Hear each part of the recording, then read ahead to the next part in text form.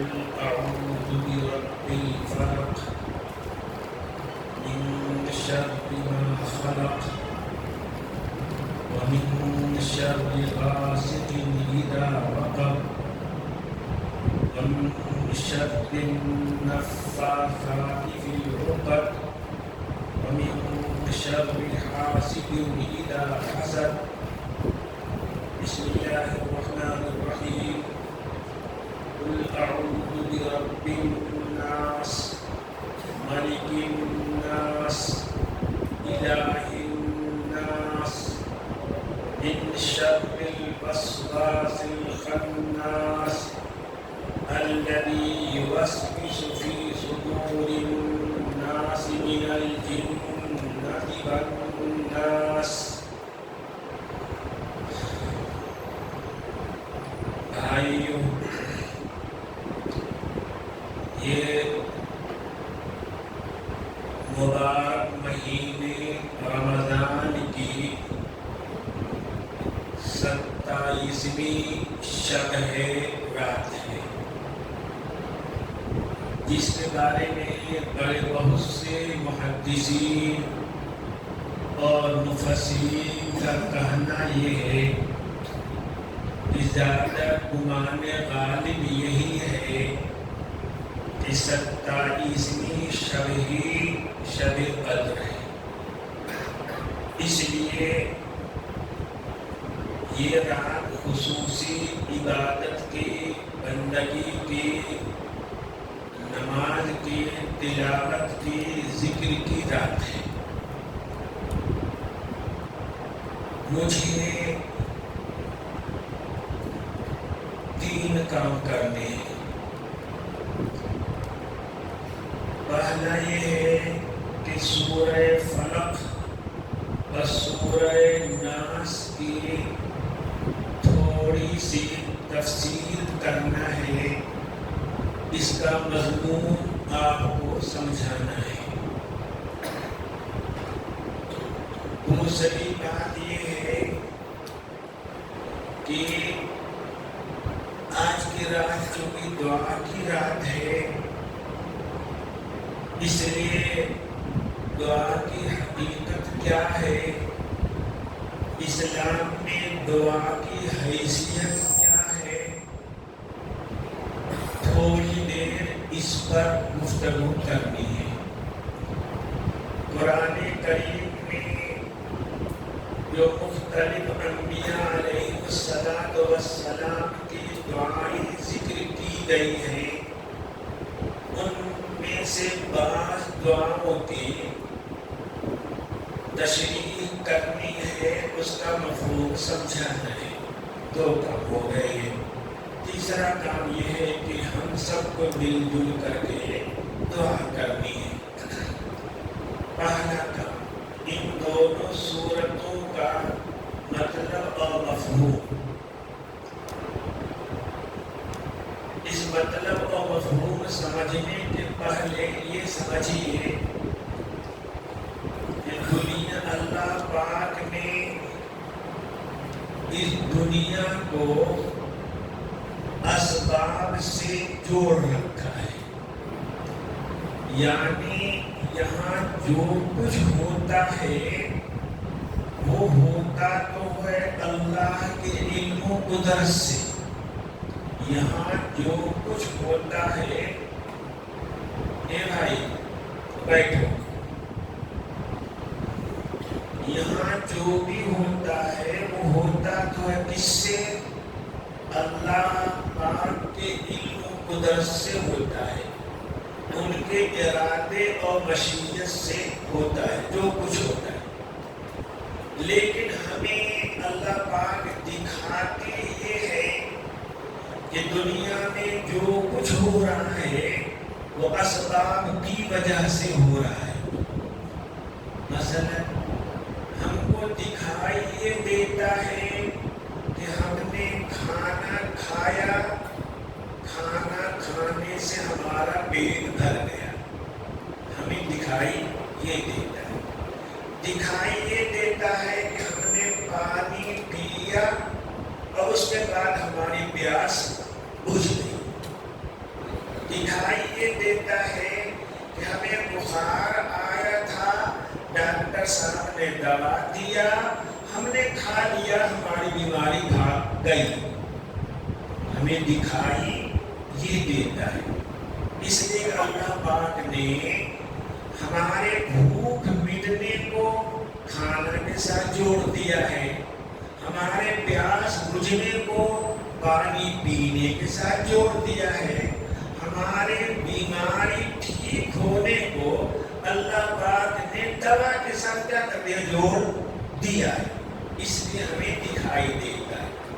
لیکن صحیح بات جو ہمارے نظروں میں نہیں ہے، ہمارے سامنے نہیں ہے، وہ یہ ہے کہ بھوک مٹی اللہ کے قدرت سے مٹی، اللہ کے ارادے اور مشیت سے مٹی، پیاس بجھی اللہ کے قدرت سے بجھی، اللہ نے چاہا تب بجھی، بیماری ٹھیک ہوئی، صحت ہوئی، اللہ کے علم سے صحیح ہوئی، اللہ کے قدرت سے صحیح ہوئی، اللہ کے ارادے سے صحیح ہوئی، اللہ کے چاہنے سے صحیح۔ فَإِذَا مَرِضْتُ فَهُوَ يَشْفِينِ، بیمار جب ہوتے تو وہ شفا دیتے ہیں، دوا شفا نہیں دیتی، لیکن اللہ پاک نے اس دنیا کے ہر چیز کو سبب سے جوڑ دیا۔ ایک بات تو یہ سمجھے میں آئی، دوسری بات سمجھو، دوسری بات یہ سمجھیے کہ سبب دو طرح کے ہیں، ایک تو ظاہر جس کو ہر کس و ناقص دیکھ سکتا ہے، سمجھ سکتا ہے، کچھ اسباب پوشیدہ ہے جس کو سب دیکھ نہیں سکتا، لیکن وہ اسباب ہیں، ہمیں دکھائی نہ دیں، ہمیں نہ محسوس ہو، لیکن وہ اسباب ہیں، اب اللہ پاک نے بہت سی چیزوں کو اس سے جوڑ رکھا۔ اب آدمی کو دکھائی نہ دے تو نہ دکھائی دینے کی وجہ سے کہتے کہ شیطان ہے ہی نہیں، جنات ہے ہی نہیں، تو یہ اس کی سوچ کی غلطی ہے، اس کے سمجھ کی غلطی ہے۔ بہت سی چیزیں ہیں جو اندیکھی ہیں، ہمیں دکھائی نہیں دیتی، ہم تو وہی دیکھیں گے، آنکھ کو اللہ پاک جو دیکھنے کا حکم دے دیں گے، آنکھ وہی دیکھے گی، اس کے علاوہ کچھ اور وہ نہیں دیکھے گی۔ یہ بات سمجھ میں آئی؟ تو اب سمجھو کہ ہم میں سے بہت سے لوگ جو سمجھتے ہیں کہ ہم بہت عقل مند ہیں، لیکن ان کے بہت عقل مند ہونے کا مطلب یہ ہوتا ہے، سمجھتے ہیں کہ قرآن و حدیث میں جو باتیں آئی ہیں ان کو دکھائی نہیں دیتی، ان کے عقل میں نہیں آتی، تو خدا نخواستہ یا تو اس کو مانتے نہیں، یا اس میں ادھر ادھر گھیرا پھیری کرتے ہیں، تعبیر کرتے ہیں۔ بھائیو یہ عقل مندی نہیں، میری بیوقوفی ہے، میری بیوقوفی ہے۔ ارے اللہ کے رسول نے جو کہا اسے مانو، بس تمہیں دکھانے اور آپ کو چیز دکھائی دے یا نہیں دے، ہزاروں چیزیں ہیں جو ہمیں نہیں دکھائی دیتی، لیکن ہم کیا کرتے ہیں، مانتے ہیں۔ بہت سے لوگوں کے پاس سننے سے ہم کیا کرتے ہیں، مانتے ہیں۔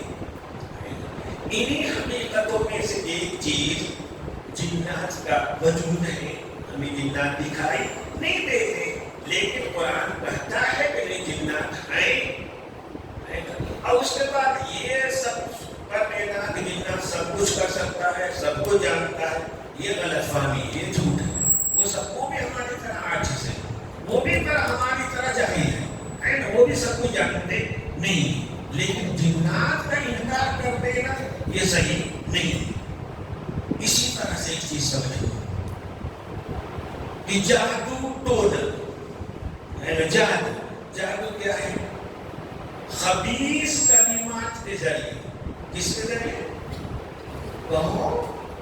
خبیث یعنی گندے، برے، کفریہ، شرکیہ، فسقیہ، تو کفر کے کلمات کو، شرک کے کلمات کو، فسق و فجور کے کلمات کو ہم کہیں گے کلمات خبیثہ۔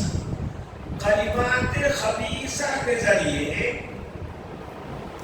خبیث روحوں کی مدد کے ذریعے مدد لینا، خبیث روحوں کی مدد لینا، وہ کلمات خبیثہ کے ذریعے، کلمات کفریہ و شرکیہ کے ذریعے خبیث روحیں یعنی شیطانوں کی مدد لینا۔ اس کے ذریعے انسان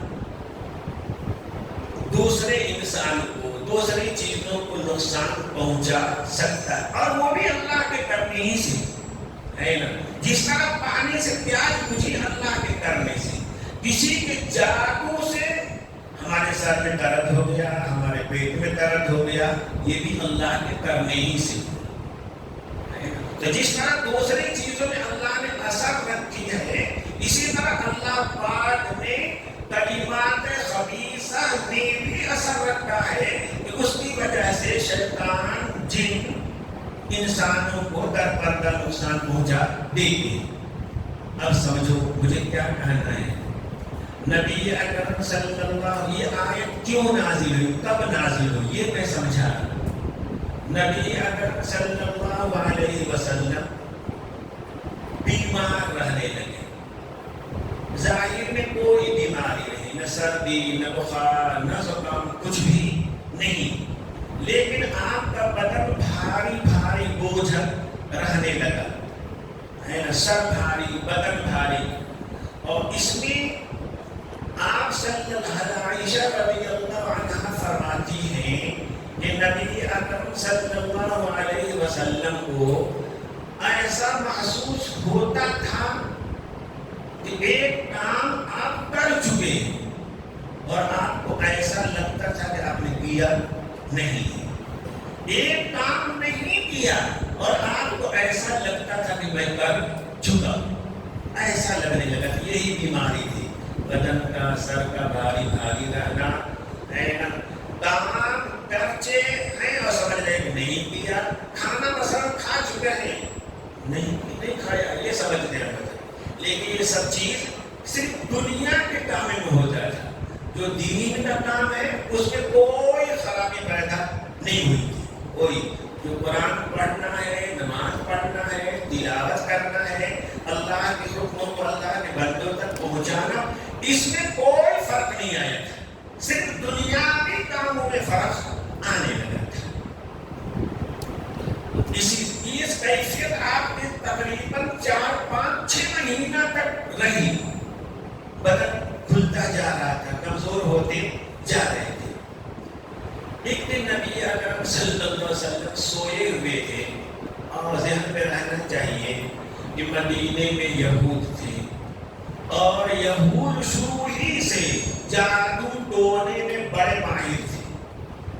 یہ مسلمانوں کا نبی صلی اللہ علیہ وسلم کا ظاہر میں تو کوئی مقابلہ کر نہیں پائے، ہر میدان میں ہارے، حضور کے سامنے کبھی ٹک نہ سکے، لیکن کو حضور کے ساتھ، صحابہ کے ساتھ، مسلمانوں کے ساتھ حسد ہو گیا، جلن ہو گیا، کسی طرح سے وہ آپ کو، دوسرے صحابہ کو نقصان پہنچانا چاہتے تھے، لڑ نہیں سکتے تھے، اس لیے جو جادو ٹونا تو انہوں نے سہارا لیا۔ کیا ہوا؟ حضور صلی اللہ علیہ وسلم، عائشہ فرماتی ہے کہ نبی اکرم صلی اللہ علیہ وسلم نے بیان کیا کہ وہ سو رہے تھے رات میں، دو فرشتے انسانی شکل میں آئے اور ایک حضور صلی اللہ علیہ وسلم کے سر کی طرف بیٹھ گئے اور ایک حضور کے پیر کی طرف بیٹھ گئے۔ آپ سو رہے ہیں، دو فرشتے، سر کی طرف سے جو فرشتہ تھے، انہوں نے پاؤں والے فرشتے سے پوچھا ان کو کیا ہو گیا ہے، ان کو کیا ہو گیا ہے؟ تو پاؤں کی طرف سے جو فرشتہ تھا اس نے جواب دیا کہ ان پہ جادو کیا گیا ہے۔ کیا جواب دیا؟ ان پہ جادو کیا گیا ہے۔ اس نے پوچھا فرشتے نے کس نے کیا ہے؟ تو فرشتے دوسرے نے جواب دیا کہ لبید ابن اعصم نے دیا ہے۔ کیا، لبید نامی نے ایک شخص یہودی نے کیا. پوچھا کس چیز میں جادو کیا ہے؟ تو اس نے بتایا کہ کنگھا جس سے بال جھاڑتے ہیں، کنگھا اور کنگھی کے دانے میں کیا ہے اور حضور کا بال لے کر کیا ہے. پھر کیا ہوا ہے؟ انہوں نے کہا کہ ایسا کیا کہ کنگھے کے دندانے میں بال اور تانچ سے ایک گانٹھ لگائی، اس پر پھونک مارا، اس میں سوئی چبھوئی، اور یہ سارا چیز فلک کنویں میں کھجور کے چھال میں گابھے میں رکھ کر کے فلک کنویں میں پتھر کے نیچے دبا دی گئی. کہیں گے ٹھیک کیسے ہوں گے، ٹھیک کیسے ہوں گے؟ تو انہوں نے بتایا فرشتے نے یہ اس گابھے کھجور میں جس میں دندانہ رکھا ہوا، کنگھی رکھی ہوئی ہے، ٹونا کیا ہے، جادو کیا گیا ہے، اس کو وہاں سے نکالے اور 11 سوئیاں اس میں چبھوئی ہیں. یہ قرآن کریم کی سورہ فلق اور سورہ ناس کی 11 آیتیں، ایک ایک آیت پڑھتے جائیں، اس میں پھونکتے جائیں، سوئی نکالتے جائیں. 11 نکلتے ہیں تو بالکل چاک چوبند اچھے خاصے ہو جائیں گے.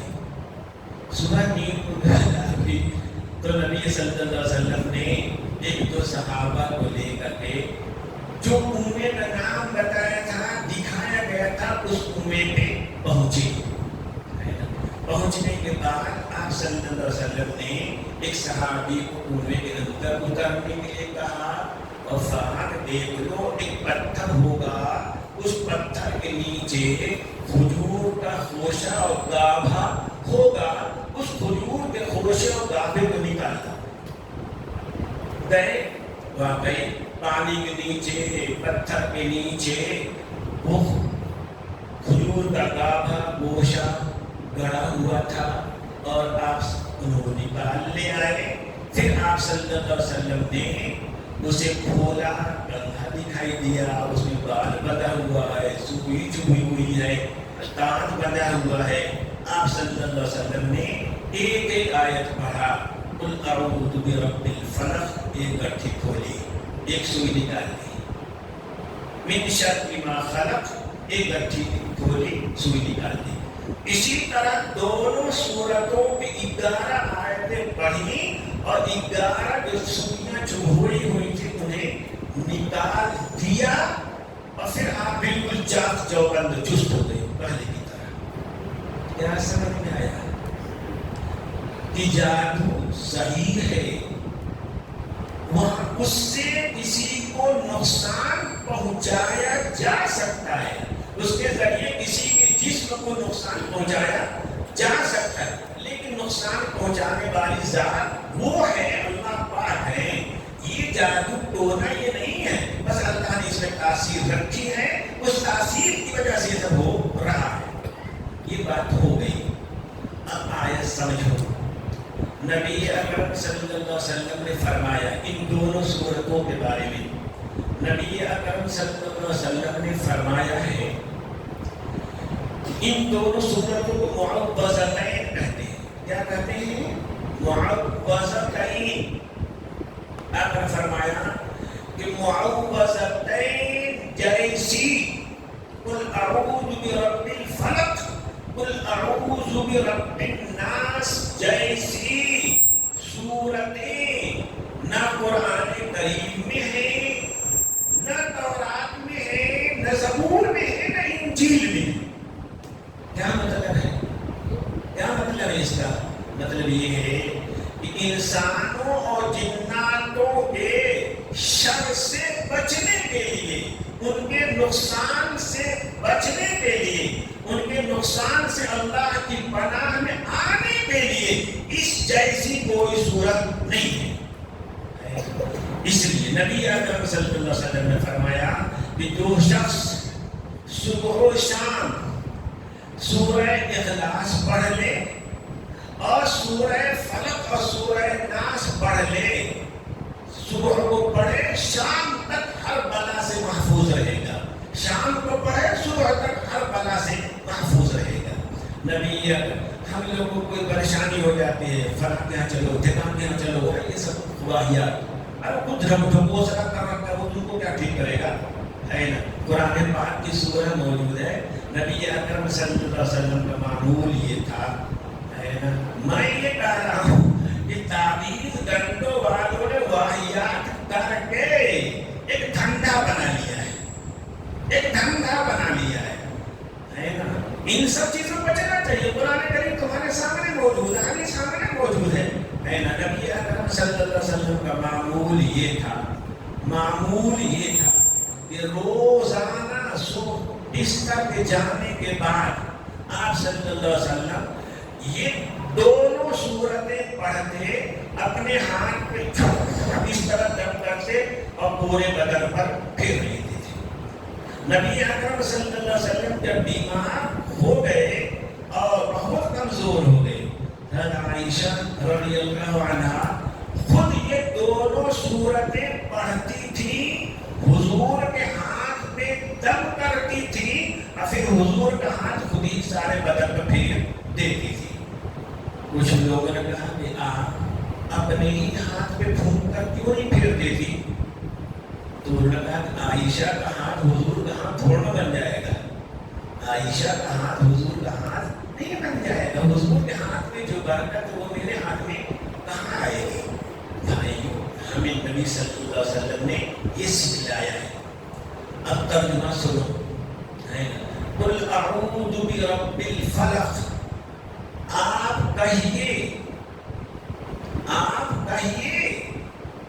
اعوذ، میں پناہ میں آتا ہوں، میں بچاؤ لیتا ہوں، میں حفاظت میں آتا ہوں، کس کی؟ برب الفلق، برب الفلق، صبح کو پیدا کرنے والے کی، صبح کو تاریکی سے، رات کی تاریکی سے نکال کر اجالا کو لانے والے کی، صبح کی لانے والے کی۔ کیا مطلب ہوا اس کا؟ کیا مطلب ہوا کہ اللہ کے رسول فرما رہے ہیں کہ ہم عاجز ہیں، ہم مجبور ہیں، ہم بندے ہیں، اور جب بندے ہیں تو بندہ تو وہی ہوتا ہے جو لاچار ہو، بے کس ہو، مسکین ہو، اللہ کا محتاج ہو، بندہ تو وہی ہوتا ہے۔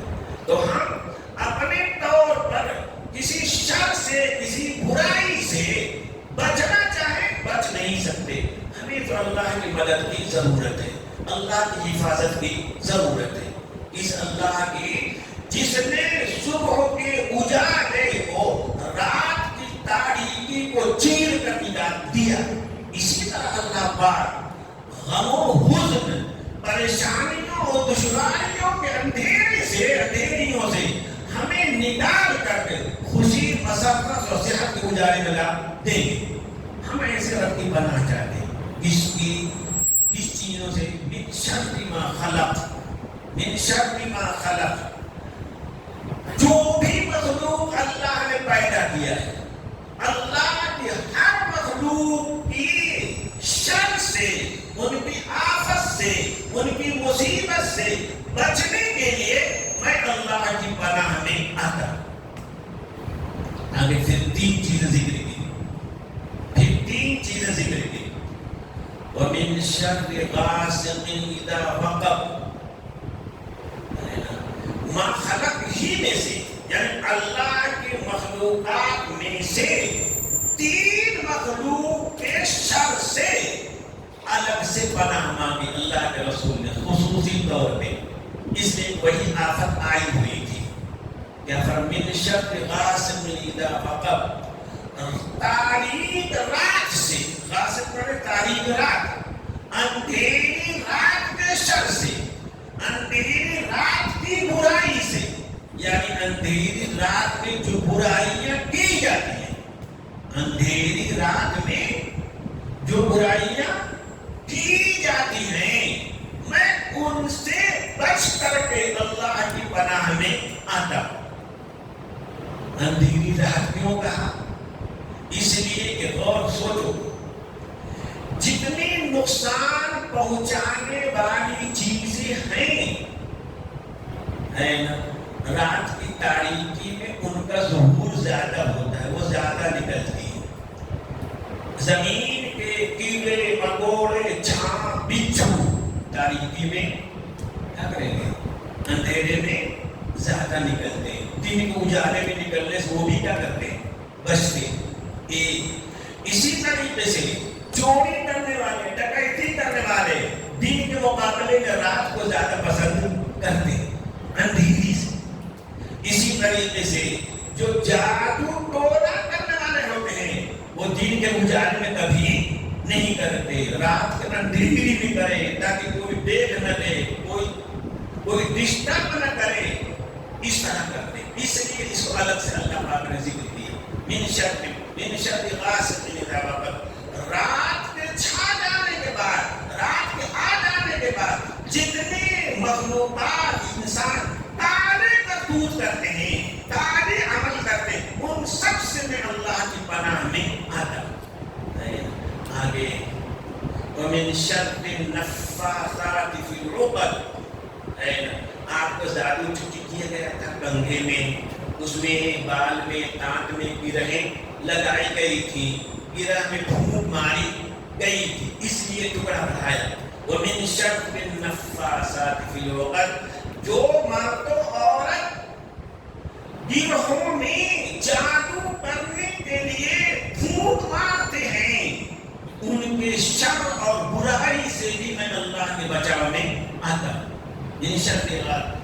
من شر نفاثات فی العقد، عقد جو عقدہ ہے، عقد والے گرہوں میں پھونک مارنے والیاں یا پھونک مارنے والوں کے برائی سے، بدی سے میں پناہ چاہتا ہوں۔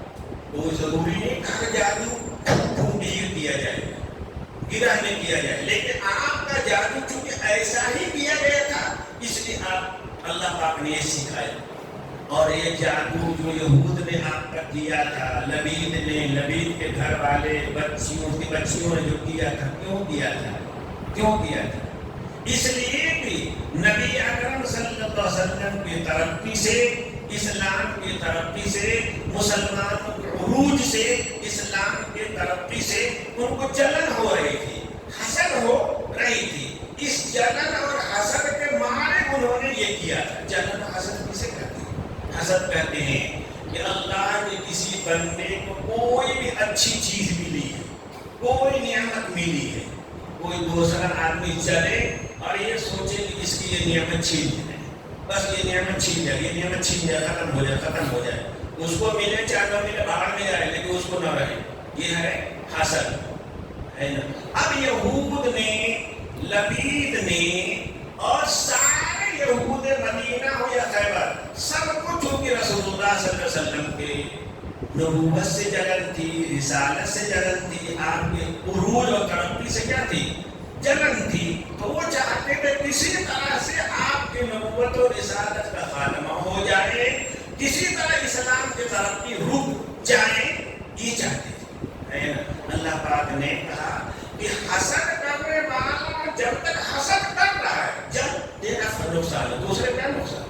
کوئی سوچ رہا ہے کہ فلاں کی آنکھ ٹوٹ جائے، فلاں کا پیر ٹوٹ جائے، تیرے سوچے سرون ٹوٹ جائے گا، لیکن جب وہ اپنے حسد کو انجام دینے لگے، اس کو کرنے لگے، اپنے حسد کے مطابق کارروائی کرنے لگے، تب کہا گیا کہ اللہ پاک سے اس کے شر سے بچنے کے لیے پناہ مانگو۔ یہ ہو، اب سمجھ لو اس پوری سورہ میں، اس پوری سورہ میں دنیاوی آفتوں اور بلاؤں سے انسانوں کی طرف سے دوسرے انسانوں کو جو ستایا جاتا ہے، جسمانی نقصان پہنچایا جاتا ہے، اس جسمانی نقصان سے بچنے کے لیے اللہ پاک سے دعا کی گئی ہے۔ کیا سمجھ میں آیا کہ ہمیں دنیاوی نقصانوں سے بچنے کے لیے بھی اللہ پاک سے دعا کرنی چاہیے. دنیاوی چیزوں کو نفع اٹھانے کے لیے بھی اللہ سے ہم کو دعا کرنی چاہیے. ایک چیز یہ ہو گئی. دوسری سورہ سنو. اس دوسری سورہ میں دنیاوی آفتوں بلاؤں سے بچنے کی دعا نہیں ہے. اس دوسری سورہ سورہ ناس میں بہت دنیاوی آفتوں اور بلاؤں سے بچنے کے لیے، پیٹ کا درد سے بچنے کے لیے، سر کا درد بچنے کے لیے، بدن بھاری ہو گئے اس سے بچنے کے لیے، بھول نہیں اس سے بچنے کے لیے، یہ دنیاوی آفتیں بلائیں. تو پہلی سورہ میں تو دنیاوی آفتوں اور بلاؤں سے بچنے کے لیے دعا کی گئی اللہ پاک سے. لیکن دوسری آیت میں آخرت کی آفتوں بلاؤں، گمراہی، معصیت، گناہ، ان سے بچنے کے لیے دعا مانگی گئی ہے. دوسری سورہ یعنی سورہ ناس میں دینی آفتوں سے، اخروی آفتوں سے، دینی مصیبتوں سے بچنے کے لیے اللہ سے دعا مانگی گئی ہے. دینی مصیبتیں کیا ہے؟ گناہ، یہ دینی مصیبت ہے. گناہ یہ دینی مصیبت ہے. ہم جھوٹ بولیں یہ دینی مصیبت ہے. ہم چغلی کریں دینی مصیبت ہے. ہم نماز چھوڑیں دینی مصیبت ہے. ہم شیطان کے پھیرے میں آ جائیں، بہکاوے میں آ جائیں، شراب پینے لگیں، جوا کھیلنے لگیں، یہ سب کیا ہے؟ دینی مصیبتیں. دینی مصیبتیں. دوسری سورہ سورہ ناس میں اسی دینی مصیبتوں سے، گناہوں سے، گمراہیوں سے، کفر سے، شرک سے بچنے کے لیے اللہ کی مدد مانگی گئی ہے، اللہ کی نصرت مانگی گئی ہے. اب اس میں دیکھو یہاں تو صرف قل اعوذ برب الفلق، بس رب الفلق سے اللہ کی ایک صفت ذکر کی گئی ہے نا، اور 3 شر سے پناہ مانگی گئی. 3 شر سے پناہ، اللہ کی ایک صفت ذکر ہے اور 3 نقصان سے بچنے کی دعا مانگی گئی. 3 نقصان کیا ہے نا؟ رات کے اندھیریوں کے نقصان سے، جادو ٹونا کرنے والیوں کے گھونٹ کے نقصان سے، حسد کرنے والے کے حسد سے کے نقصان سے. 3 جو 3 برائیوں سے بچنے کے لیے دعا کی گئی، وہ اللہ کی صرف ایک صفت کیا کی گئی؟ ذکر کی گئی. اتنا یاد رکھو. آگے دیکھو دوسری سورت قل اعوذ برب الناس. آپ کہیے یعنی دعا کیجیے، آپ کہیے اعوذ برب الناس، میں سارے انسانوں کے پالن ہار کے، سارے انسانوں کے مالک کی پناہ چاہتا ہوں. میں سارے انسانوں کے پالنے والے کے، سارے انسانوں کے مالک کی پناہ میں آتا ہوں، ان کی حفاظت میں آتا ہوں. کیوں؟ اس لیے کہ مالک کا کام ہوتا ہے کہ وہ اپنے مملوک کو نقصان سے کیا کرتا ہے؟ بچاتا ہے. ہر مالک ہے نا، ایک آدمی دکان کا مالک ہے تو کیا کرے گا؟ دکان کو نقصان سے بچائے گا. ایک آدمی کھیت کا مالک ہے تو کیا کرے گا؟ کھیت کو نقصان سے کیا کرے گا؟ بچائے گا. تو ہر مالک چونکہ اپنے مملوک کو، اپنی ملکیت کی چیز کو نقصان سے بچاتا ہے، اس لیے میں اپنے سارے انسانوں کے مالک سے کی پناہ چاہتا ہوں کہ مجھے فلاں نقصان سے بچا لے، فلاں نقصان سے بچا لے. آگے قل اعوذ برب الناس ملک الناس، اور میں پناہ چاہتا ہوں، حفاظت میں آتا ہوں کس کے؟ سارے انسانوں کے بادشاہ سے، سارے انسانوں کے مالک سے. سارے انسانوں کے مالک کون؟ اللہ ہے. سارے انسانوں کا مالک بھی اللہ، سارے انسانوں کا حاکم و بادشاہ بھی کون ہے؟ اللہ۔ یہ دوسری صفت اللہ کی ذکر ہے۔ کیوں؟ بادشاہ کا کام بھی ہے، حاکم کا کام بھی ہے کہ اپنے جنتا کو نقصان سے کیا کرے؟ بچائے، ہے نا؟ تو کہا جا رہا ہے اے اللہ جو ہمارے مالک ہیں، ہم آپ کے مملوک ہیں، ہمیں نقصان سے بچا لیجیے۔ اے اللہ آپ ہمارے حاکم ہیں، ہمارے بادشاہ ہیں، ہم آپ کے محکوم ہیں، آپ کی رعایا ہیں، آپ کا جنتا ہیں، ہمیں اپنے نقصان سے، فلاں نقصان سے بچا لیجیے۔ دو صفت۔ اور الہ الناس، اور میں پناہ چاہتا ہوں، حفاظت چاہتا ہوں، کس سے؟ اس اللہ سے جو سارے انسانوں کا معبود ہے، اور ہر معبود کا کام ہوتا ہے کہ اپنے عبادت کرنے والے کو نقصان سے کیا کریں؟ بچائیں۔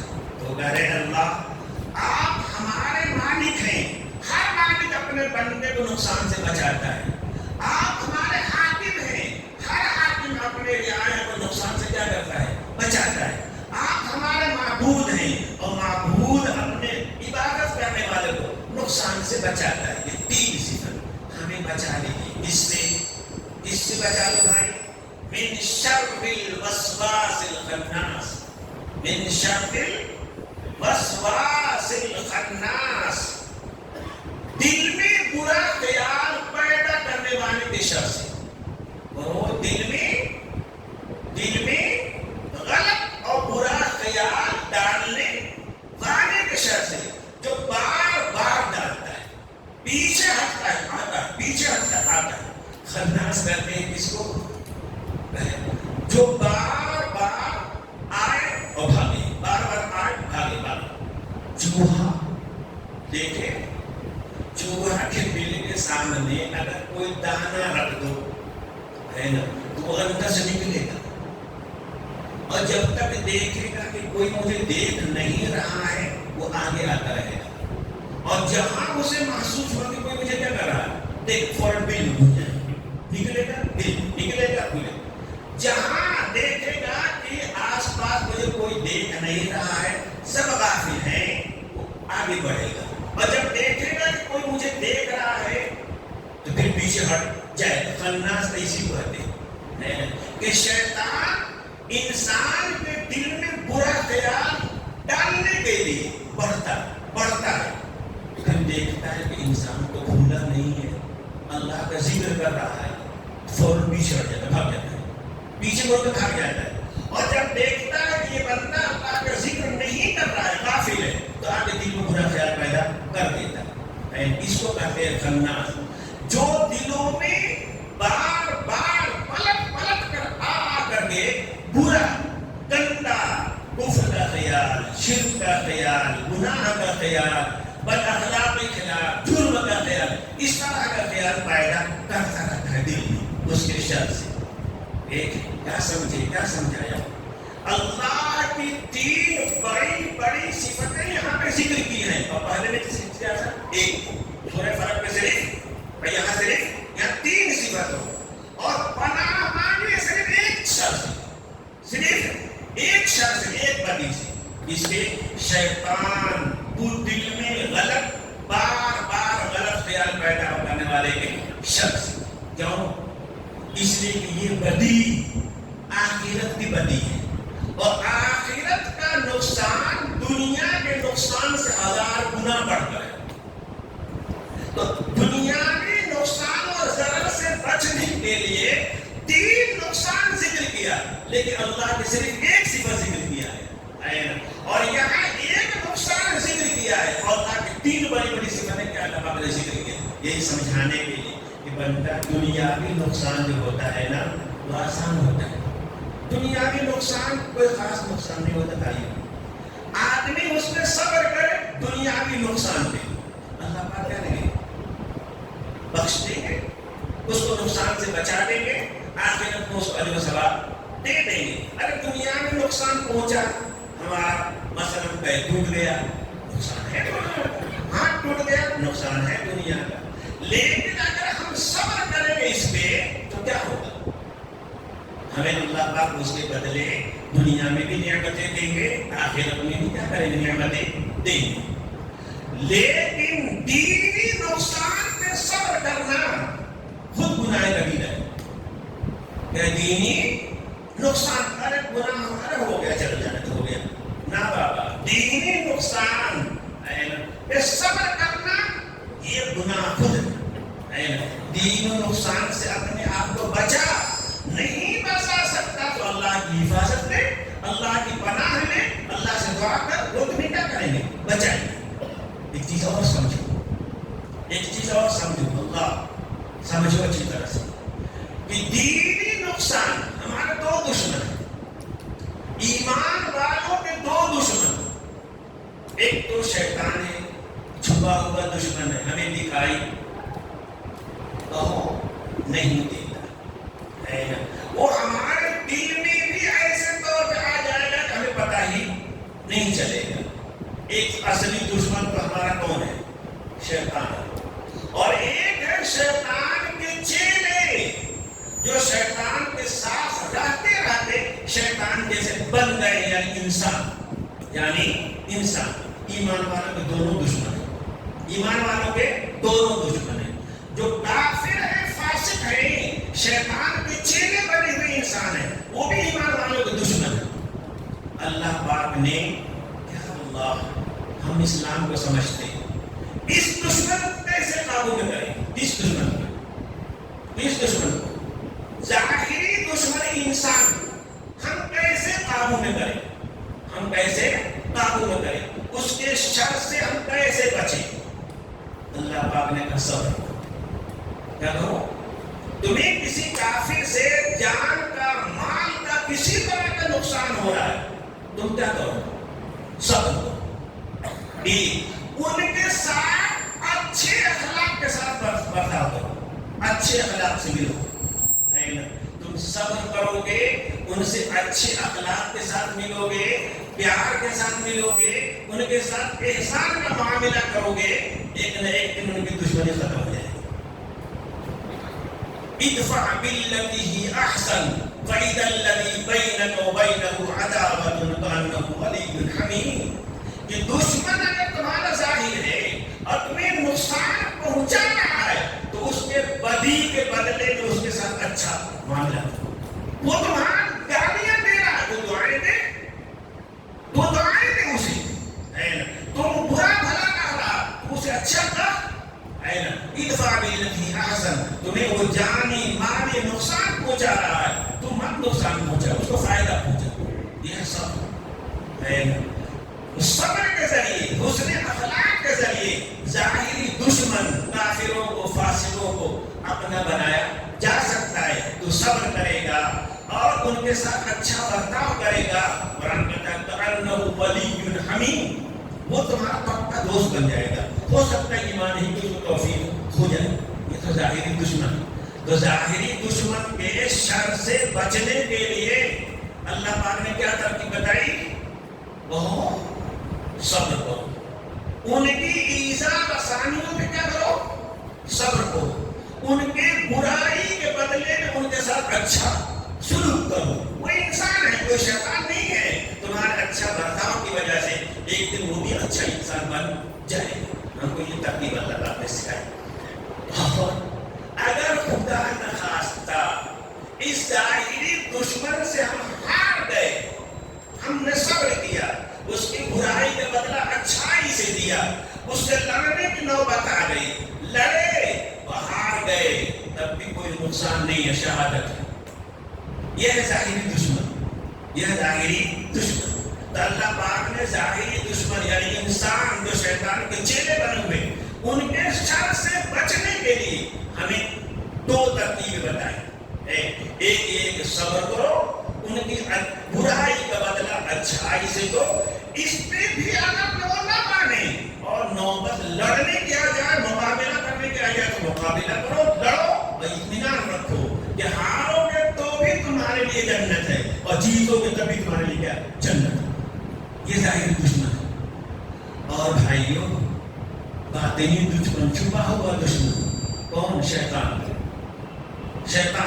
یہ شیطان ہم کیسے مقابلہ کریں؟ شیطان تو ہمیں دکھائی بھی نہیں دیتا.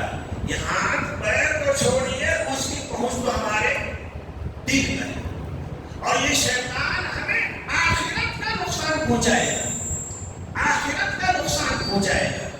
تو غور کرو, تو اچھی طرح سمجھو کہ شیطان بڑا دشمن ہے, طاقتور دشمن ہے, اندیکھا دشمن ہے. اس کے شر سے, اس کے وار سے ہم بچنا بھی چاہیں تو مشکل ہے بچنا ہمارے لیے. اللہ پاک کہتے ہیں کہ میں اس کے لیے ہم ہیں, تو میری پناہ میں آ جا, میری حفاظت میں آ جا, میں تجھے بچا دوں گا. ان کید الشیطان کان ضعیفا, اللہ کے مقابلے میں شیطان کی چال دشمنی بالکل ٹھوس پھوسی ہے, کمزوری ہے. بس تو اللہ کے پناہ میں آ جا, اللہ کی حفاظت میں آ جا, اللہ پاک کہتے ہیں. اور یہ بھائیوں, یہ اس باطنی دشمن کو, شیطان کو, واللہ تم اگر صبر کرو نا, ہے نا, اس نے گناہ کرا دیا, اب ہم صبر کریں گے تو اور اس کی جرات بڑھ جائے گی. وہ ایک گناہ کے بعد دوسرا, دوسرے کے بعد تیسرا, تیسرے کے بعد چوتھا, مسلسل کراتا رہے. تو صبر کر, وہ گناہ کراتا چلا جائے گا. اس کے ساتھ اگر تم اچھا برتاؤ کرو, ہے نا, ارے مست کرائیے, اسے غلط کامات لگائیے, میں آپ کو بیک پڑھتا ہوں, بہتر ہو, اس کی ضرورت اور کیا گئی, بڑھے گی اس کی ضرورت. تو یہ شیطان جو ہے, اس کے ذات میں شیطانیت ہے. وہ تمہارے اچھے اخلاق سے, منت سماجت کرنے سے چھوڑ نہیں دے گا. اس کو پیدائی پر تم کو نقصان پہنچانے کے لیے, آخرت کا نقصان اس کے لیے بس ایک شکل ہے کہ اللہ کی پناہ میں آ جاؤ. اور اللہ کی پناہ میں آ جاؤ گے, کیا کر لو گے, اللہ پر ایمان لے آئے, اللہ پہ اعتماد کیا, اللہ پہ بھروسہ کیا, اللہ سے تم دعائیں کرتے رہے کہ اللہ پاک شیطان کے قابو سے مجھے بچا لیجیے, اللہ پاک بچا لیجیے. تم سے کوئی معصیت, کوئی گناہ ہونے نہیں پائے, سمجھے. تو بڑا دشمن اندیکھا ہے, لیکن ہمارے مقابلے بڑا ہے, اللہ کے مقابلے بڑا نہیں ہے. اللہ پاک کہتے ہیں اس کے شر سے, گناہ سے, معصیت سے بچنا چاہتے ہو تو تمہیں بچنا ہی ہے, اس کا مقابلہ کرنا ہی ہے تمہیں. لے اس سے اگر ہار جاؤ گے جہنمی ہو جاؤ گے, اس سے اگر کافر سے ہار جاؤ گے شہادت ملے گی, جنتی ہو جاؤ گے. شیطان سے ہار جاؤ گے جہنمی ہو جاؤ گے, ہے نا. اس لیے شیطان سے ہار نہیں ماننی ہے, اس کے سامنے چاپلوسی نہیں کرنا ہے, اس کے سامنے دنڈوت نہیں کرنا ہے. اس کے لیے بس اللہ سے مدد مانگے, اللہ سے نصرت مانگے, اور شیطان کے ہر مکر و فریب سے اللہ پاک بچا لیں گے. یہ سورہ ناس. بھائیوں, یہ تو دونوں آیتوں کی تھوڑی سی وضاحت ہو گئی. کیا سبق ملا ہمیں سبق ملا کہ دنیاوی نقصان یا آخرت کا نقصان, ہم کمزور ہیں, ہمیں انسان کو کمزور ہی اپنے کو سمجھنا چاہیے, ہے نا. اور کمزور ہے تو جو طاقتور ہے, بڑا ہے, اس کی پناہ میں آنا چاہیے. ہم کو اپنے کو اس لائق بنانا چاہیے کہ اللہ پاک اپنے پناہ میں ہمیں کیا کر لے, تب ہم شر سے بچ سکتے ہیں. اس کے لیے اللہ کی پناہ میں آنے کے لیے, اللہ کی حفاظت میں آنے کے لیے اللہ پاک نے ہمیں ایک ہتھیار دیا ہے. وہ کیا ہے, دعا. آپ صلی اللہ علیہ وسلم نے فرمایا السلاح الدعاء سلاح المؤمن, دعا مسلمان کا ہتھیار ہے. دعا مسلمان کا ہتھیار ہے نا. اور اس ہتھیار سے, دعا والے ہتھیار سے وہ اپنے ظاہری دشمن کافروں سے بھی بچ سکتا ہے, اور باطنی اور بڑے دشمن شیطان کے شر سے بھی کیا کر سکتا ہے, بچ سکتا ہے. الدعاء سلاح المؤمن. اور اللہ پاک بھائیوں, حدیث میں آتا ہے, کہ ہم دیکھو ایک چیز اور بہت غلط فہمی میں ہے مسلمان مبتلا, بہت غلط فہمی میں. واللہ ہم سمجھتے ہیں کسی مقصد کو حاصل کرنے کے لیے, وہ کسی مقصد کو حاصل کرنے کے لیے. دنیا کے جیسے اور دھندے ہیں، ہم کاروبار کریں گے تو مقصد مثلا دولت ہے تو آ جائے، ہم چور کے شر سے بچنا چاہتے ہیں تو دکان بند کریں گے، تالا لگا دیں گے، چور کی چوری سے بچ گئے. تالا نہیں لگائیں گے چوری ہو جائے گا، وغیرہ وغیرہ ساری چیزیں. ہم سمجھتے ہیں کہ دنیا اپنے مقصد کو حاصل کرنے کے لیے جس طرح اور بہت سی ترکیبیں ہیں، اسی طرح اپنا مقصد حاصل کرنے کے لیے ایک ترکیب دعا کی ہے. ایک ترکیب دعا کی ہے نا. کوئی مقصد ہے نہیں حاصل ہو رہا، کوئی بیماری ہے نہیں دور ہو رہی ہے، کوئی ہم کاروبار کرتے ہیں برکت نہیں ہو رہی ہے، روزی نہیں آ رہی ہے. ہم سمجھتے ہیں دنیا جہان کی جتنی دوسری سینکڑوں ترکیبیں ہیں، اسی طرح ایک ترکیب کیا ہے؟ دعا. خود دعا کرو، کسی اللہ کے نیک بندے سے دعا کراؤ، اس طرح ہمارا مسئلہ حل ہو جائے گا، ہمارا مقصد حاصل ہو جائے گا. ٹھیک ہے، اتنی بات صحیح ہے، اتنی بات کیا ہے؟ صحیح ہے کہ تو اپنے مقصد کو حاصل کرنے کے لیے دعا بھی ایک ترکیب ہے، دعا بھی ایک ترکیب ہے. لیکن بھائی بس ایک ترکیب ہی نہیں ہے، ایک ترکیب ہی نہیں ہے. اپنے مقصد حاصل کرنے کے لیے، کوئی نفع پانے کے لیے، کسی دینی یا دنیاوی نقصان سے بچنے کے لیے بھائیو دعا یقیناً ایک ترکیب ہے. لیکن میں نے بتایا صرف ترکیب نہیں ہے، دعا خود ایک عبادت ہے. دعا کیا ہے؟ خود عبادت ہے. قرآن پڑھنا عبادت، نماز پڑھنا عبادت، روزہ رکھنا عبادت، یہ ہے نا. واللہ اسی طرح سے اللہ پاک سے دعا کرنا بھی کیا ہے؟ عبادت ہے. دعا کرنے سے ہم نے جو مانگا ہے وہ ملے یا نہ ملے، دعا کرنے سے ہم نے جو مانگا اللہ پاک سے وہ ملے یا نہ ملے، لیکن دعا کرنے پر عبادت کا ثواب ضرور ملے گا، عبادت کا ثواب ضرور ملے گا. آپ نے قرآن پڑھا، قرآن پڑھنے سے آپ کا دنیا کو کوئی مقصد حاصل ہو یا نہ حاصل ہو ثواب ملے گا نا. نماز پڑھا، دنیا کو کوئی مقصد حاصل ہو یا نہ ہو ثواب ملے گا نا. اسی طرح آپ نے دعا کیا، اگر جو مانگا تو مل گئے فبیہا، جو نہیں مانگا تھا تو بھی آپ کی دعا بیکار نہیں ہے. آپ صلی اللہ علیہ وسلم نے فرمایا الدعاء هو العبادہ، دعا تو عبادت ہی ہے، دعا تو عبادت ہے. ثم قرأ، پھر آپ صلی اللہ علیہ وسلم نے یہ آیت پڑھی ان الذين يستكبرون وقال ربكم ادعوني استجب لكم. اے ایمان والو مجھ سے مانگو، کہو کیا کرو؟ ادعونی، پکارو مجھے، مجھ سے مانگو، استجب لکم، میں تمہاری دعا کو پورا کروں گا، سنوں گا، قبول کروں گا. ان الذین یستکبرون عن عبادتی سیدخلون جہنم داخرین. اور جو لوگ مجھ کو پکارتے نہیں ہیں، مجھ سے مانگتے نہیں ہیں، میری بندگی نہیں کرتے ہیں، مجھ سے اکڑتے ہیں، سیدخلون جہنم داخرین، جو لوگ میرے سامنے بڑے بنیں گے قریب جہنم میں ذلت کے ساتھ داخل کر دیے جائیں گے. کیا سمجھے؟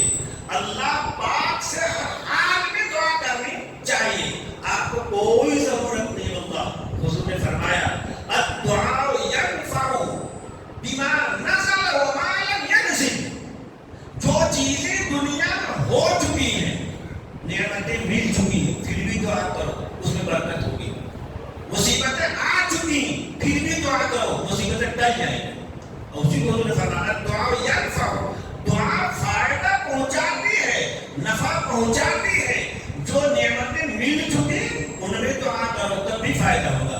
جو مصیبتیں آ چکی ان میں دعا کرو، مصیبتیں ٹل جائیں گی. جو مصیبتیں آنے والی ہیں ان کے لیے دعا کرو، مصیبتیں ٹل جائیں گی. تو جو ہو چکا اس پر بھی دعا کرو، اس میں بھی فائدہ ہے.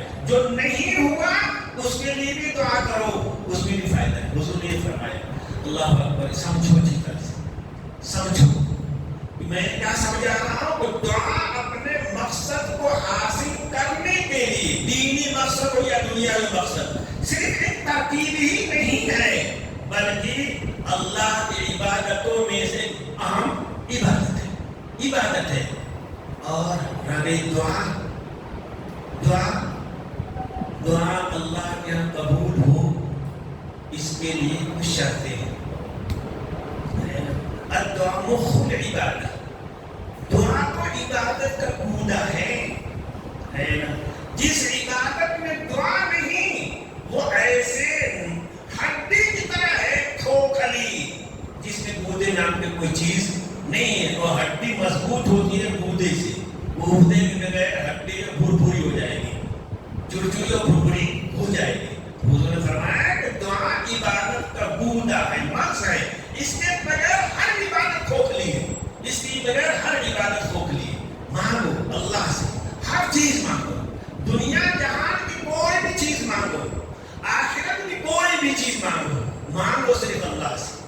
ایک بات سمجھو اچھی طرح سے، اللہ پاک نے ہمیں کیوں پیدا کیا؟ کہتے ہیں عبادت کے لیے. صحیح کہتے ہیں. عبادت کیا ہے؟ عبدیت، بندگی.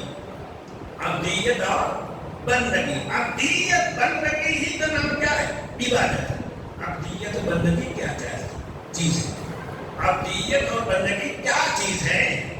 بھائی سمجھو عبدیت اور بندگی کیا چیز ہے؟ اللہ کے سامنے، اس کے سامنے کہو، اللہ کے سامنے اپنی عاجزی، بے بسی، بے کسی، لاچاری، مجبوری ظاہر کرنا، بس عبدیت اسی کا نام ہے. بندگی کس کا نام ہے؟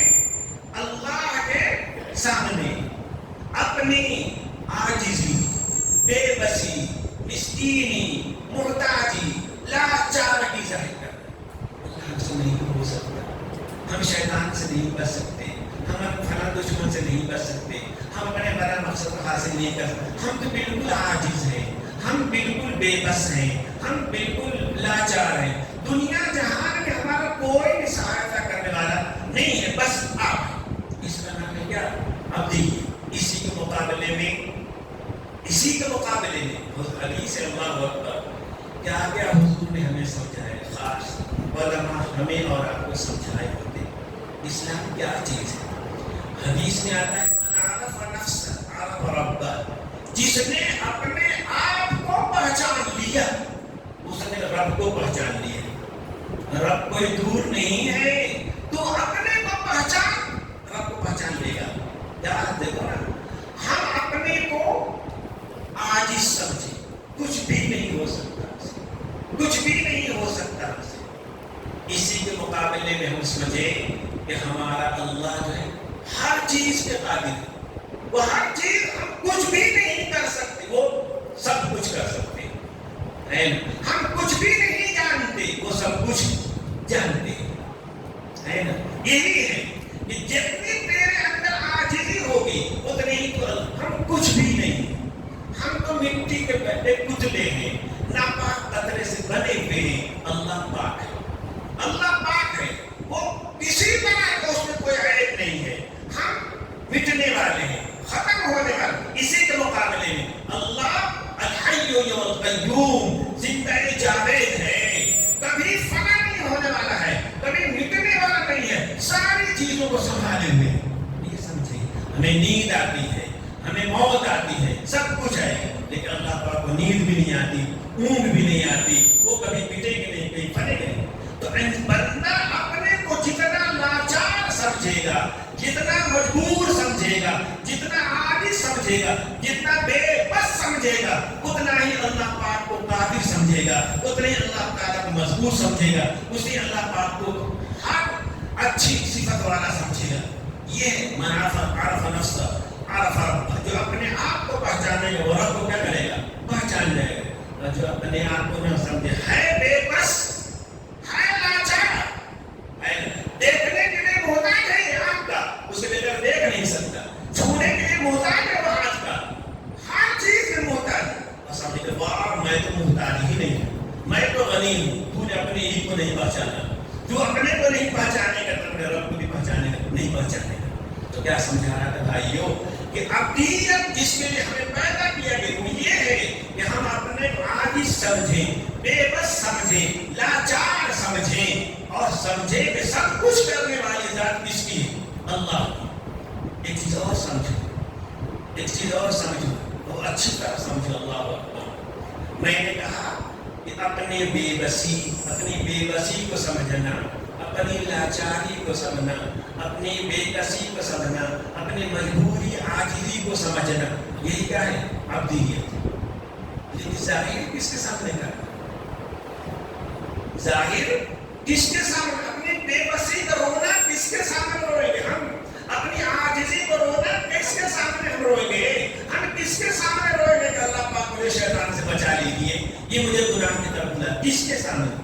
ان کے سامنے، بس ان کے سامنے اپنی عاجزی، بے کسی، بے بسی، اپنے جیسے بے بس انسانوں کے سامنے نہیں ہے نا۔ یہ تو اللہ کے سے بغاوت ہے۔ اللہ کی ذات پہ جسے یقین نہیں ہوگا وہ جا کے اپنے جیسی مخلوق سے، اپنے جیسے انسانوں کے سامنے کیوں کھڑا رہے گا؟ غربت ہوئے گا۔ تو عبدیت اس کا نام ہے کہ ہم اپنی بے بسی روئیں گائیں اس سے، اللہ سے۔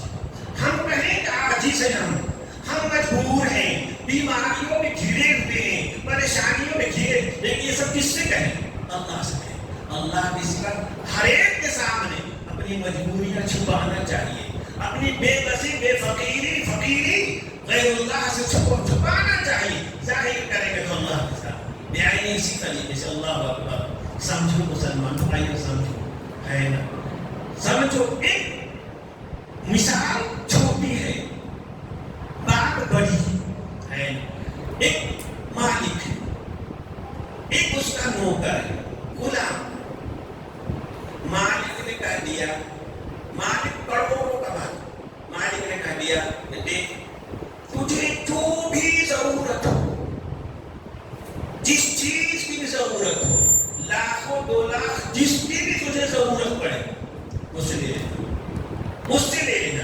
تیری ہر ضرورت میں پوری کروں گا، تیری ہر خواہش میں پوری کروں گا، اور تیرے گھر کی، تیرے باہر کی ساری ضرورت میرے ذمہ ہے۔ تو بس میرا نوکر بنا رہا، میں تیری ہر ضرورت پوری کر دوں گا۔ ہر مالک کی طرح نہیں کہ تنخواہ فکس کر، نہیں، ہر چیز، ہر ضرورت، ہر خواہش میں پوری کر دوں گا۔